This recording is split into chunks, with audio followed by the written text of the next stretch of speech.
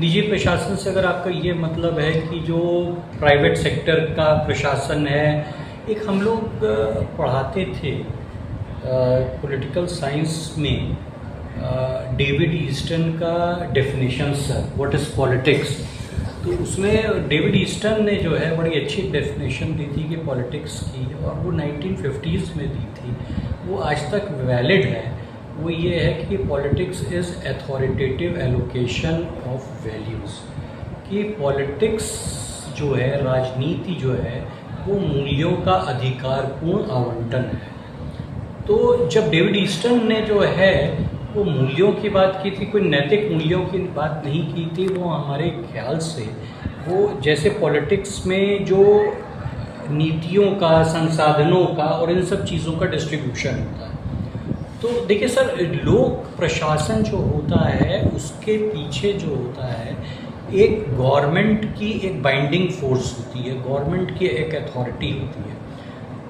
और जो निजी प्रशासन होता है, निजी प्रशासन जो होता है वो अपने, जैसे एक कोई प्राइवेट कंपनी काम कर रही है, उसके रूल्स एंड रेगुलेशंस होंगे, वो उसकी कंपनी के विदिन होंगे, लेकिन उस कंपनी के बाहर की दुनिया में उसके रूल्स एंड रेगुलेशंस जो हैं वो वैलिड नहीं होंगे।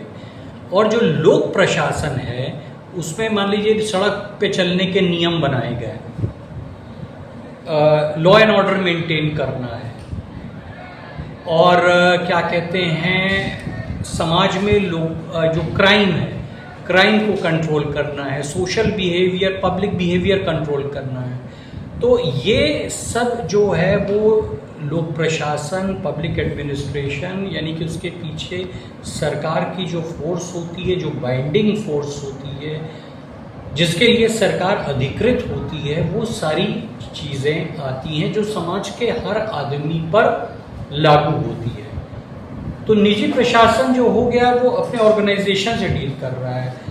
जो पब्लिक प्रशासन है वो आपका जो सारी पब्लिक यूटिलिटीज़ है, पब्लिक सर्विसेज हैं, जिसमें कि हर आदमी आएगा और एक उसके पास एक बाइंडिंग फोर्स रहती है कि अगर आप नहीं करेंगे, अगर आप रेड लाइट पे नहीं चलेंगे, तो कोई प्राइवेट कंपनी का सीईओ आपको रेड लाइट पर नहीं रुकेंगे तो कोई प्राइवेट कंपनी का सीईओ नहीं आके पकड़ेगा। उसके लिए कौन होना चाहिए? लोक प्रशासन ही होना चाहिए। तो बहुत कोई उस तरह से अंतर नहीं है, बड़ा बेसिक अंतर है public administration and private administration. और बाकी तो हर ऑर्गेनाइजेशन का एक अपना एडमिनिस्ट्रेशन होता है, वो कर सकता है, यही कंसेप्ट है।